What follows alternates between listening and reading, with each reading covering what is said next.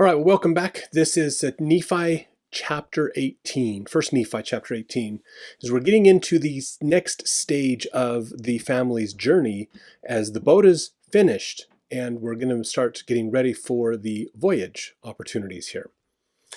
All right, verse 1. And it came to pass that they did worship the Lord and did go forth with me.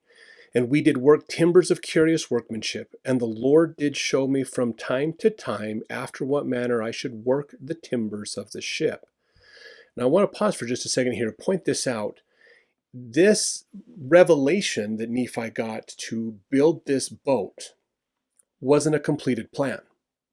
It wasn't everything done for it.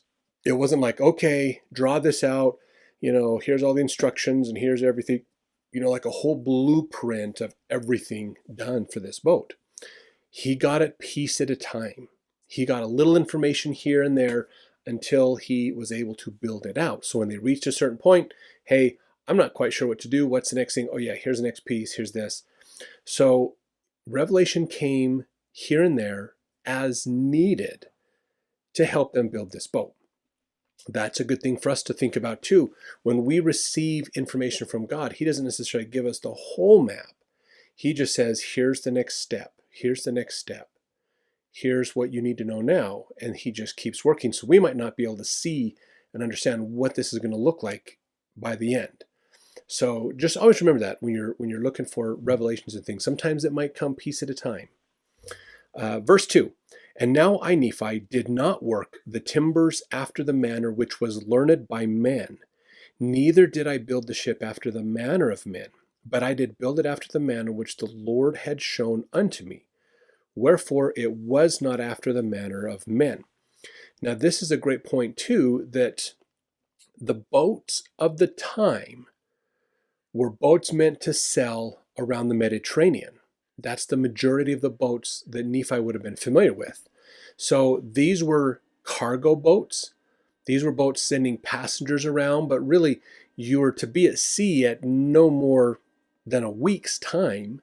Usually you're sailing along and every few days you're back into port somewhere, getting supplies, loading up, doing other things. So they didn't necessarily have to be huge, massive boats to store a tremendous amount of stuff on. You have boats that were for shipping and other things as well. But what Nephi's building for this journey is different than what we would think of. So some interesting things to think about there, that this is a different type of boat than what a traditional boat would have looked like back then. Verse 3, And I, Nephi, did go into the mount oft, and I did pray oft unto the Lord, wherefore the Lord showed unto me great things. So prayer helped a lot during the whole process. He kept returning and reporting probably. In there, he kept God apprised of what was going on. Okay, what about this challenge? Or how do we do this? Or what do we do over here? How do we make this work? He's working with God and keeping God apprised of what's happening as he is going along. Are we doing that? Are we working with God on our own things and keeping him apprised of what we're doing, the things that we want help with from him? Are we in the habit of just going, hey, God, here's what I need. Amen. Or are we actually keeping God involved in what we're doing? Something to think about on our prayers. Verse 4, And it came to pass that after I had finished the ship, according to the word of the Lord, my brethren beheld that it was good, and that the workmanship thereof was exceedingly fine, wherefore they did humble themselves again before the Lord. Now, if you remember, they didn't believe it was possible. They didn't think Nephi could do this. And yet they did. They accomplished it. So they're like, all right, got to hand it to you, Nephi. We didn't think you could pull this off, but man, you did a good job. Verse 5, And it came to pass that the voice of the Lord came unto my father, that we should arise and go down into the ship. Now this is interesting. Nephi's been getting the revelations about building the boat, but his father is getting the revelations about the family embarking on this boat. Interesting thing. What makes that difference? Maybe that comes down to Lehi, of course, as the patriarch, is dealing with all the things for the family. And Nephi was dealing more with, I need revelation about this boat, because he had knowledge. Maybe he had skills and abilities to do that would have been easier for him to do than Lehi getting that revelation. So I think this is an important point for us to look at from a leadership standpoint, is realize that just because you're the leader doesn't mean you get all the revelation for your stewardship. Maybe other people in your congregation that might have a unique trait, unique skills, talents, might come with information that they've been given that could help out. So never discount advice and other things that people have, because you never know when that was given to them by God to bring to you, because maybe it's not something you would have caught or have been able to work with at the time. Verse 6, and it came to pass that on the morrow, after we had prepared all things, much fruits and meat from the wilderness, and honey in abundance, and provisions according to that which the Lord had commanded us, we did go down into the ship, and with all our loading and our seeds and whatsoever thing we had brought with us, every one according to his age, wherefore we did all go down into the ship with our wives and our children. So now the Lord is giving them guidance as to what to take, what to prepare for, what they need to do, which is good because they don't know what to expect on this journey. I mean, at most, if any of them have been on a boat, at most it's been a week at sea through the Mediterranean. And other than that, they've probably never spent that much more time on a boat. And there's usually land not far away because it's the Mediterranean. It's surrounded by land, or like up in the Black Sea area or things like that. So to be out in the ocean where there is no land and you can go months and months and months, never see land, that's a different ball of wax altogether right there. Verse 8 or 7, and now my father had begat 2 sons in the wilderness, and the elder was called Jacob and the younger Joseph. So Lehi and Sariah have 2 more sons as they are journeying in the wilderness. So through all that journeying, 2 more kids are born. So this is interesting because they're going to have nieces and nephews around their same age. If you think about it, because like Nephi got a wife, Laman, Lemuel had wives, Sam had a wife. They were bearing children in the same time coming across through the wilderness as well. So Joseph and Jacob, while they are the literal descendants of Lehi, they're his kids, that they'll have nieces and nephews that are about their same age, basically. So really interesting to think that age group is, they're in that younger age group. I don't know how old they were when they got on the boat and set sail.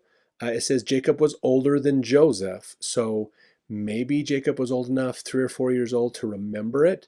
I don't know. We're not quite sure what their ages were at this point. Verse 8, and it came to pass after we had all gone down into the ship, and had taken with us our provisions and things which had been commanded us, we did put forth into the sea, and were driven forth before the wind towards the promised land. So if they're driven by the wind, there's a good chance they're using sails. They have a sailboat, like what we would think of as these merchant ships and things from like the Pirates of the Caribbean type shows and things like that. These bigger ships is a possibility of what maybe is a kind of ship that Nephi built. Hugh Nibley had an interesting thought on this verse here. He said, if it seems strange that we should find identical practices going on at the same time so far apart, it should be remembered that the Sanskrit writing of India is itself derived from the Aramaic script of Lehi's world, and also that an ancient Phoenician alphabet has been found in Sumatra. If it was possible for the Phoenicians, that is, the men of Lehi's Sidon, to cross the Indian Ocean and reach the Pacific, we must admit at least that the same way was open to Lehi. So here's the interesting thing that Hugh Nibley is bringing up. During this same time frame, around 600 BC, there are documents of people that were like the Phoenicians and others that had circumnavigated this part of the globe out in what we would call today the Indian Ocean. Now, Phoenicians, if you remember, they originate from northern Africa area, but they were great at sailing. They had a huge navy, lot of seaworthy ships and things, there's a chance they went out the Strait of Gibraltar and they explored the African coast coming up towards the Saudi Arabian Peninsula, the Red Sea, those areas. They probably had known some of those places around that time. And there are documents showing that they had gone through the Indian Ocean, past India and those places. So it's not without reason to think of Lehi and his family doing the same thing. This is one area where sometimes people are like, no, there's no way he could have done this because of the technology. Now, you remember earlier in this chapter, Nephi said the boat that we built was not after the standard type of boats that we had. This is a whole different boat. We got it through revelation. So you have to look at it and go, okay, God is inspiring them and helping them with this well beyond what they would have ever learned at their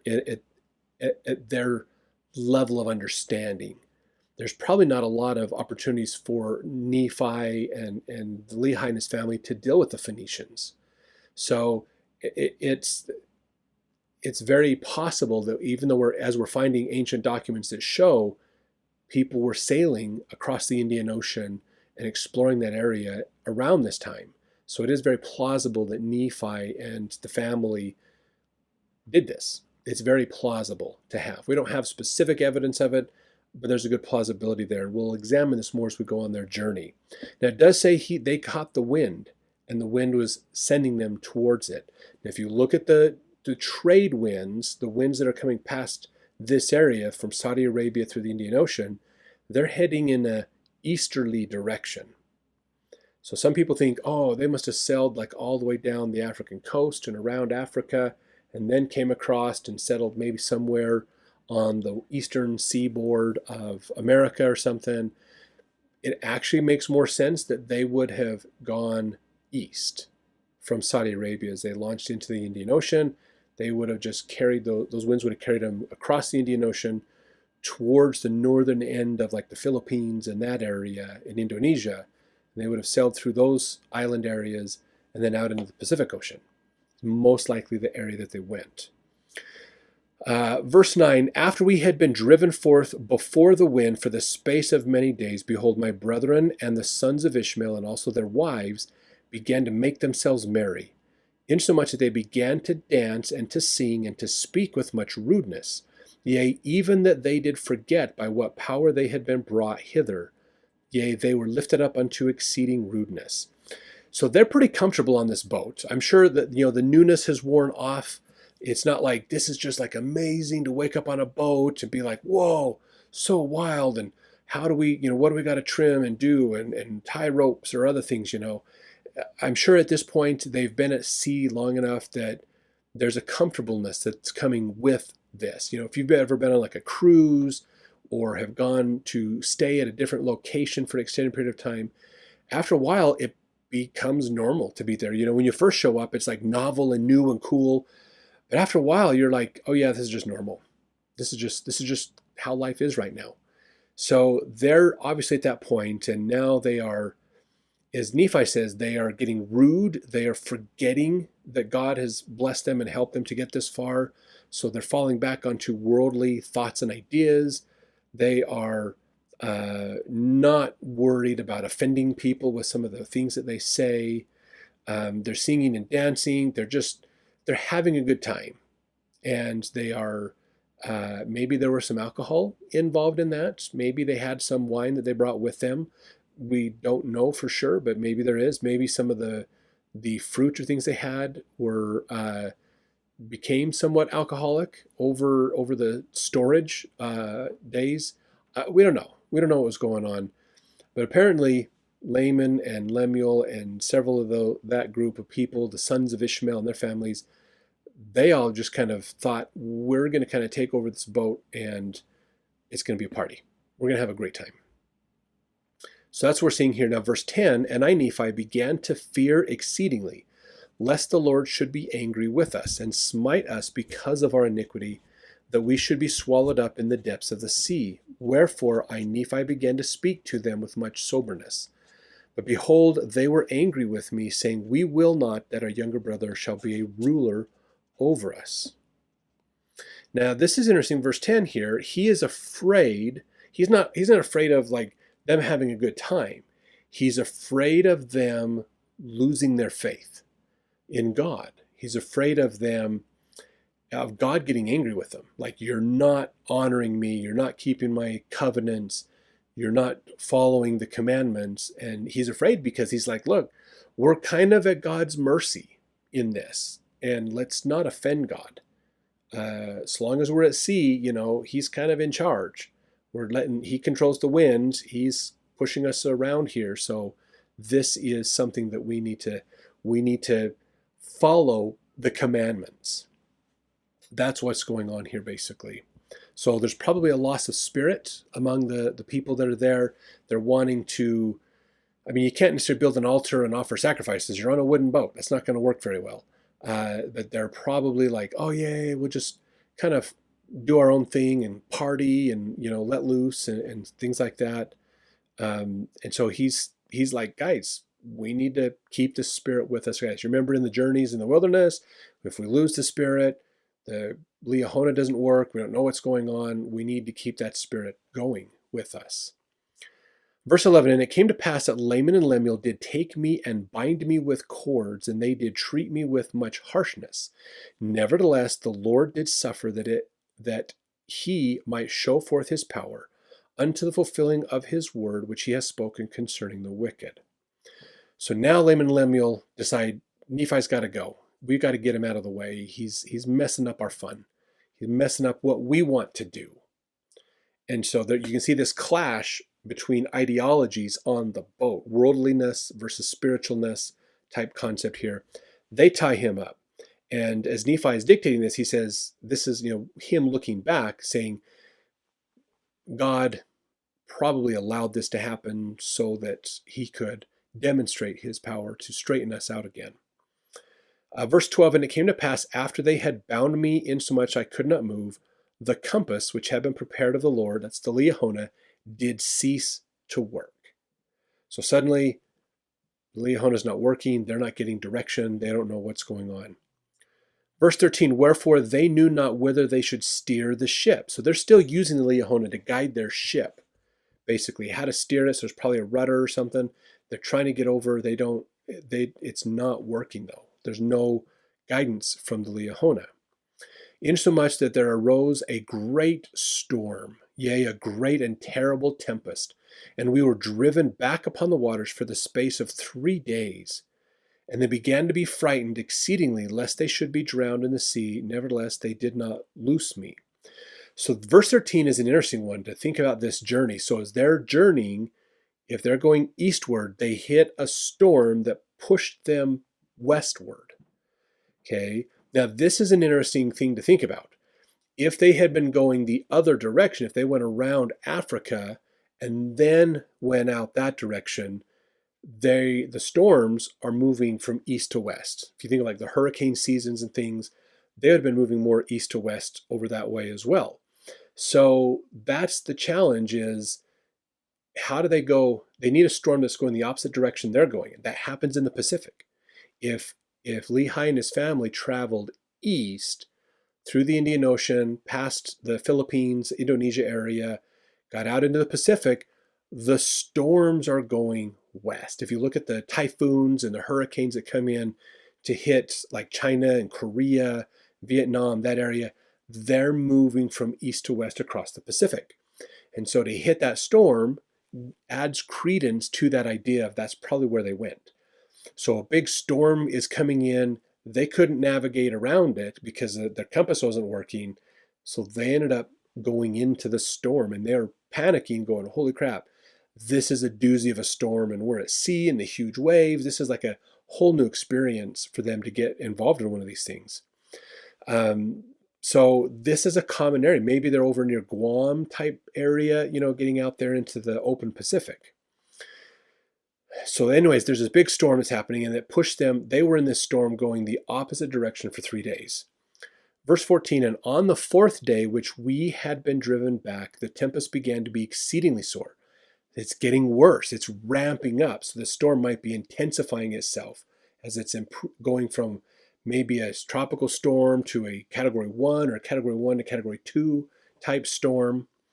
Verse 15, and it came to pass that we were about to be swallowed up in the depths of the sea.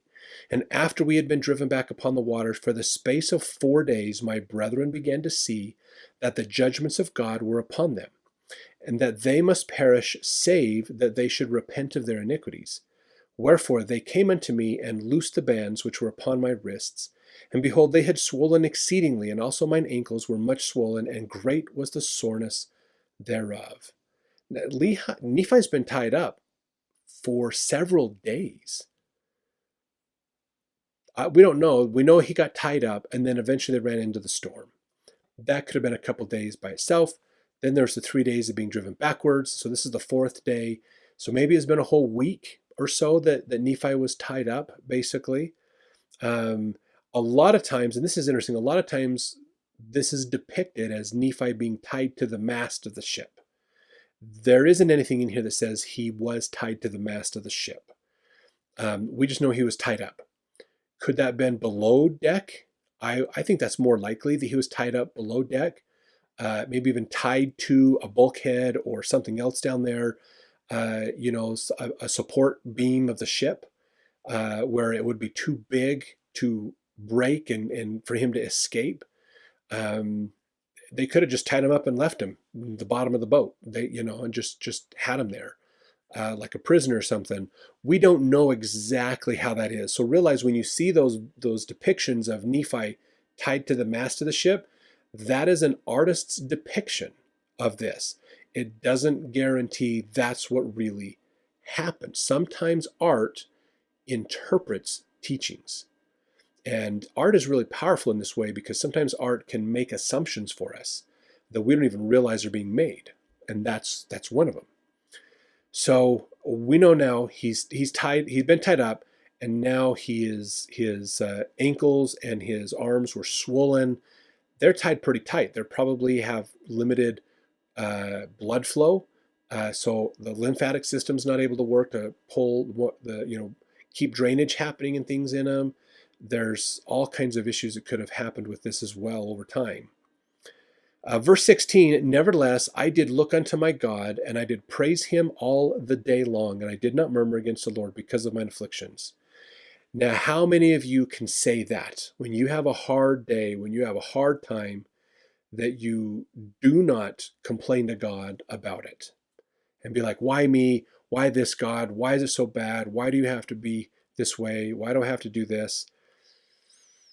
Yeah, that's a hard one. I mean, that really is a hard one to look at and go, okay, how do you experience challenges like that and not complain and murmur about it to God? How do you not almost feel like, why me, God? Why are you doing this to me? Like you're laying the problem at the feet of God. I think that's our knee-jerk reaction. That's a natural reaction we have. But Nephi isn't. He knows all of his problems are not because of God. It's because people resisting God. So it's an interesting perspective to think about this in regards to what Nephi is doing. And maybe a good recommendation for us to work on how can we have the faith to go through a trying time and not blame God at all. That would be interesting. That'd be a really interesting exercise. Maybe not an easy one, but that could be a big faith builder for you to really think about that. All right, verse 17, now my father Lehi had said many things unto them, and also unto the sons of Ishmael, but behold, they did breathe out much threatenings against anyone that should speak for me. And my parents being stricken in years, and having suffered much grief because of their children, they were brought down, yea, even upon their sick beds. So this isn't going well for Lehi and Sariah. They're already older in age, and trying to take care of the 2 younger kids, which is about the same age as all their grandkids. And their older adult kids are now making a mess of things. And there's a lot of family issues, a lot of family struggles and trauma happening from this. Verse 18, because of their grief and much sorrow and the iniquity of my brethren, they were brought near even to be carried out of this time to meet their God. Yea, their gray hairs were about to be brought down to lie down in the dust. Yea, even they were near to be cast with sorrow into a watery grave. people aren't sure if Lehi and Sarai are going to survive this trip. They're struggling to stay. I mean, these aren't seafaring people. It's not like they grew up on the sea all the time. Lehi is a merchant. He's probably more overland merchant than he is on the sea. But they're struggling. Lots of issues, lots of challenges. Not to mention they're in a storm, so huge waves. It's probably real easy to get seasick when you got these huge waves just moving your boat around and your equilibrium's off, and it's been going for days and you're stressed and frustrated, and they've probably been at sea long enough that they may be starting to experience nutritional issues because you can't take a lot of fresh stuff with you, because it spoils and goes bad. So this is why if you've ever looked into like sailing and seafaring in the 1800s, sailors sometimes were called limeys because they would carry a container of limes, and then they would everybody would every so often basically suck on a lime because they needed the vitamin C. Without the vitamin C, those seafaring trips would oftentimes cause scurvy and rickets in sailors. They would get nutritional deficiencies. And so they called limeys because they would suck on limes all the time to get the vitamin C so that they could function and have nutrition. Unfortunately, the vitamin C, the citric acid, also would be eating the enamel off their teeth, which would cause bad dental hygiene and other problems as well. So definitely some challenges of long-term seafaring. So verse 19, and Jacob and Joseph also, being young, having need of much nourishment, were grieved because of the afflictions of their mother. And also my wife with her tears and prayers, and also my children did not soften the hearts of my brethren that they would loose me. Now, these kids needing much nourishment, that could mean they're really young. And so maybe they're still breastfeeding, or, because in these ancient cultures and other areas, even in today's more third world areas, it's not uncommon to have children breastfeed between 3 and 5 years of age. So there's a reliance on the mother for that. So maybe that's part of what verse 19 is talking about. Maybe it's just they're young enough that they need help. They can't cook and take care of themselves, and so they need help, and they're not getting a lot of help, and they're stressed and frustrated too because their mother is stressed and frustrated. Verse 20, and there was nothing save it were the power of God which threatened them with the destruction, could soften their hearts, wherefore when they saw that they were about to be swallowed up in the depths of the sea, they repented of the thing which they had done, insomuch that they loosed me. So this took a while, at least three to 4 days at least, before Laman and Lemuel realized this isn't working. We're not going to be successful in this journey. Maybe we were wrong to tie him up. Maybe we need God's help, and Nephi is the closest to God. So we'll have to go back and go down and apologize to Nephi and hope he'll help us out by talking to God. Verse 21, and it came to pass after they had loosed me, behold, I took the compass, and it did work whither I desired it. And it came to pass that I prayed unto the Lord, and after I had prayed, the winds did cease, and the storm did cease, and there was a great calm. So Nephi did things that would help the situation. He also prayed to God. So he had his faith in God, and he prayed and asked God for help. If you're faced with a challenge, this is good advice. Pray. Ask God for help. Ask him, what is that compass? What can I be doing to help me in my challenges? And God will be there to help you. When you apply your faith in God, he'll be there to help you. So some good lessons we learn in verse 21. Verse 22, and it came to pass that I, Nephi, did guide the ship, that we sailed again towards the promised land. So now the storm is gone, and they're moving in a direction they need to go in, finally. Verse 23, and it came to pass that after we had sailed for the space of many days, we did arrive at the promised land. And we went forth upon the land, and did pitch our tents, and we did call it the promised land. Now this brings up an interesting question for most people. Where did they land? If they crossed the Pacific, where would they have gone? There is some challenges to this. We don't actually know where Lehi and his family landed. We don't know for sure where it went. If you did cross the Pacific from west to east, there's the whole west coast that is a possibility for him to land on. In the Times and Seasons newspaper, so this is the newspaper of the LDS Church in the 1800s, there is an article that claims that Lehi landed in what's known as the Isthmus of Darien. That's what it was called during Joseph Smith's day in the 1800s. That would be present-day Panama, is the Isthmus of Darien. And so a lot of people really point to this and go, this is proof. Joseph Smith was the editor of the Times and Seasons. He probably put this editorial in there.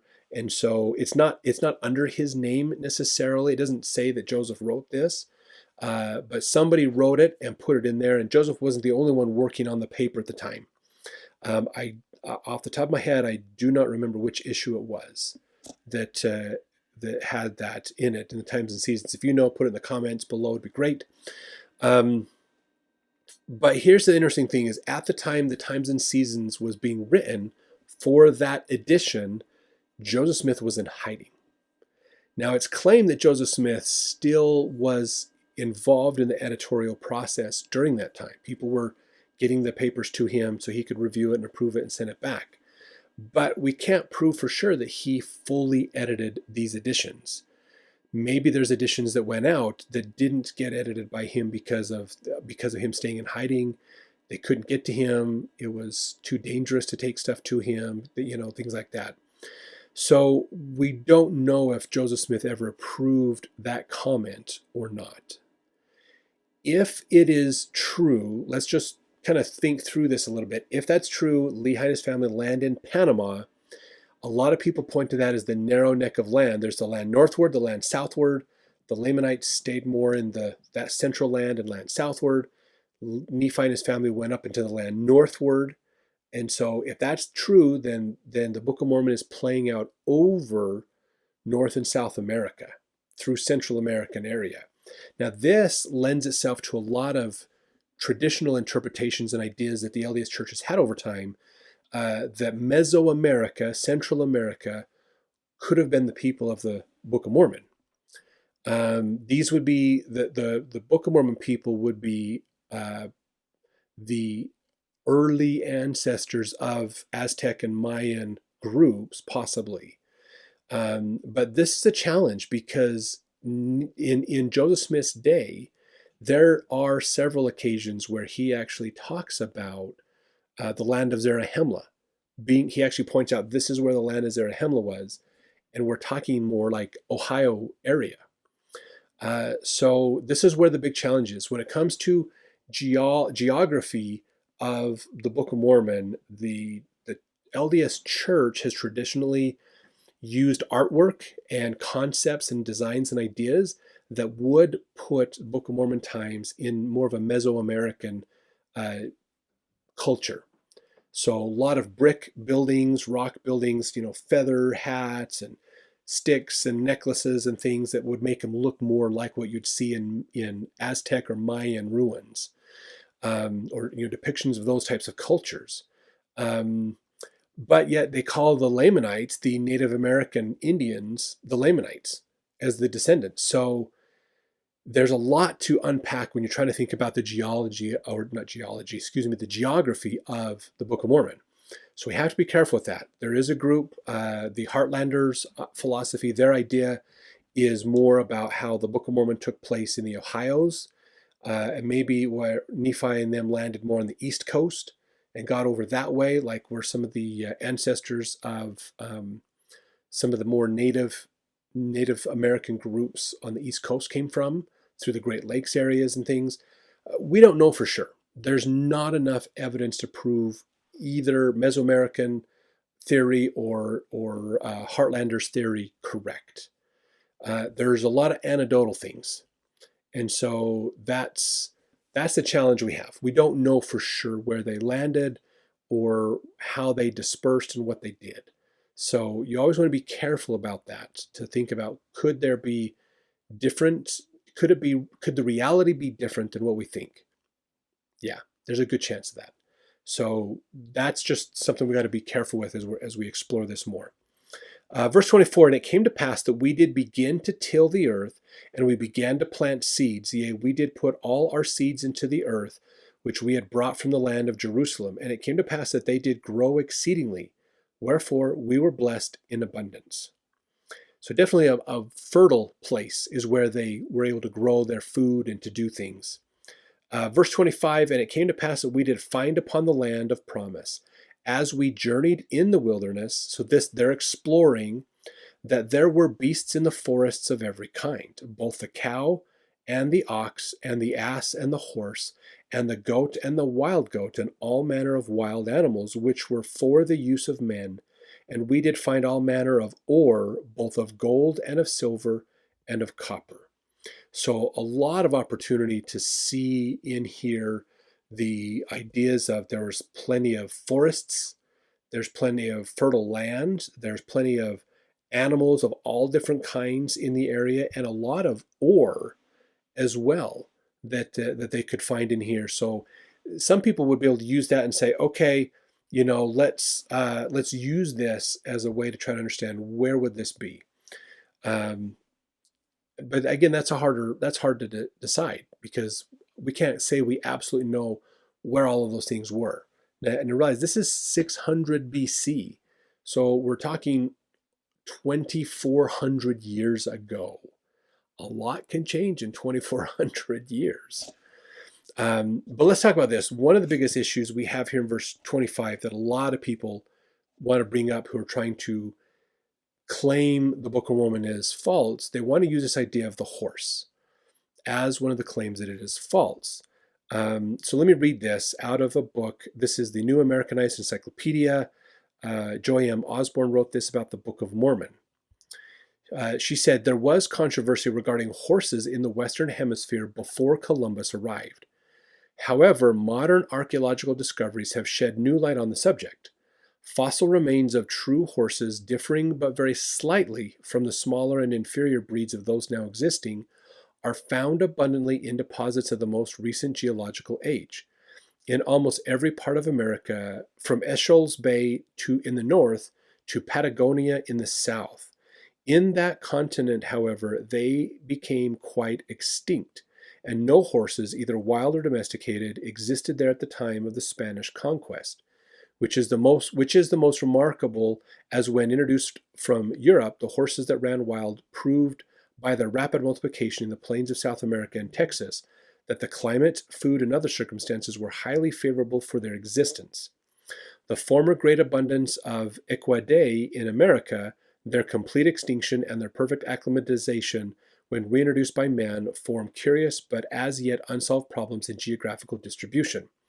What she's talking about here is most people look at this and go, the horse was brought in by the conquistadors. After Christopher Columbus came over and they started to bring more people over to conquer the lands, that's when horses were introduced. Horses weren't here when they came. And so they brought the horse with them. And so a lot of people look at that and go, well, science says this is what happened, and so it must be true. Well, but science doesn't assume that means just because they weren't there at that time doesn't mean they didn't exist before then in that time. I mean, science tells us dinosaurs existed all over the place at some point and then all went away. So just because they were there doesn't mean just because they weren't there when the conquistadors came doesn't mean they weren't there earlier. And what she's talking about here to corroborate this is archaeological research where they're digging and finding fossils and realizing there's fossils of horses that predate Christopher Columbus. And so now they're realizing there actually was a breed of horses that was here, but it died out and was gone before the Spanish conquistadors and Columbus came. So when they brought their horses, they were a smaller breed than the ones that they're finding fossils for.